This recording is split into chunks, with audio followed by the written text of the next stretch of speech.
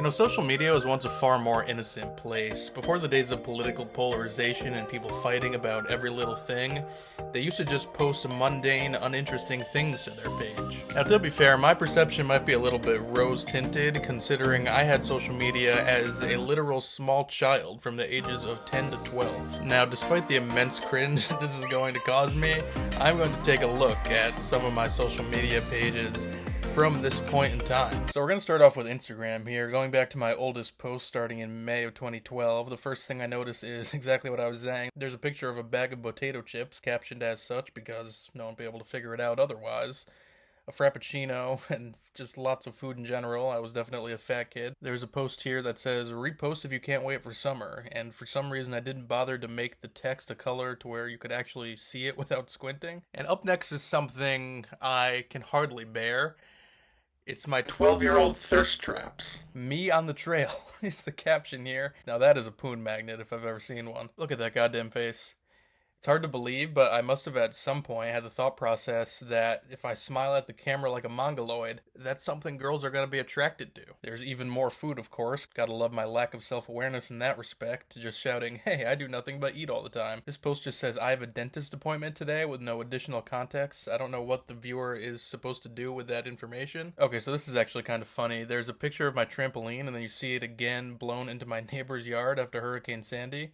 From what I remember, it was not an easy process to get that back into place. Here I see a Slender Man costume that was very of the time. Don't worry, I didn't murder any of my friends like that one girl. Then there is my hippie costume from a few years later. Now, I do have to say I stand by this. It's actually pretty cool looking. There's Pray for Newtown. That was a mass shooting that happened in my state of Connecticut.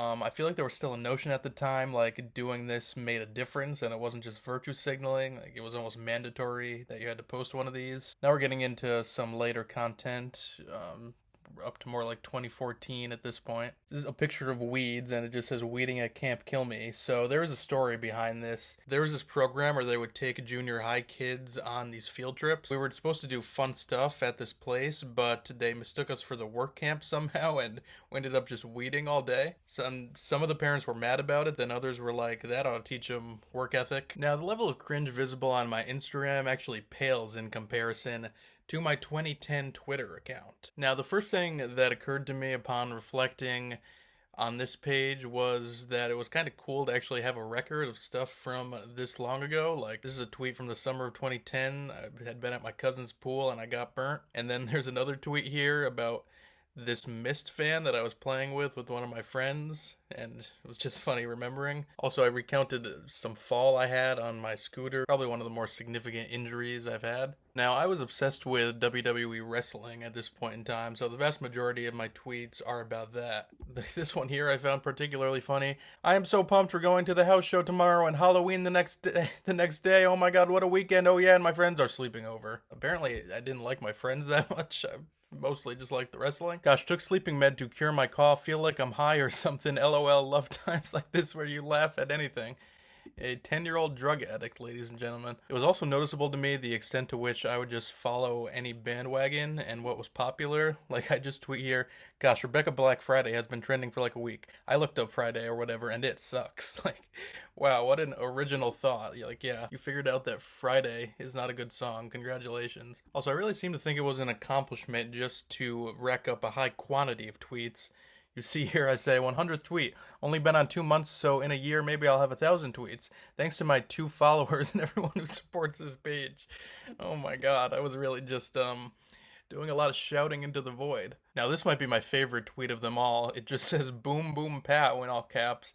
I think I was excited after a wrestling pay-per-view and I had the Black Eyed Peas top of mind. Just Cause 2 is freaking amazing. Got like 2 months ago and still playing it. The map is gigantic. I've blown up like 5 military bases. Did not even occur to me at the time that that's the kind of thing to land you on a watch list. Another thing that jumped out to me is I was quite the little consumer.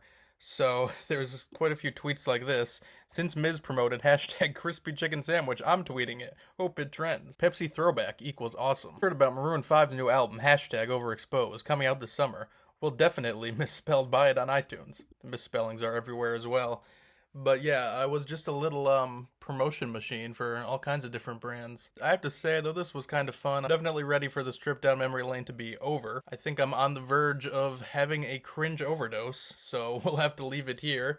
But yeah, I encourage you to, if you're my age, you probably had social media when you were way too young as well. So you should go back and look at your old posts. It'll give you a laugh. Maybe don't make a video about it and put it out there like I'm doing. But what's the harm, really? I was a little kid anyway. Chatroom Surfer logging out.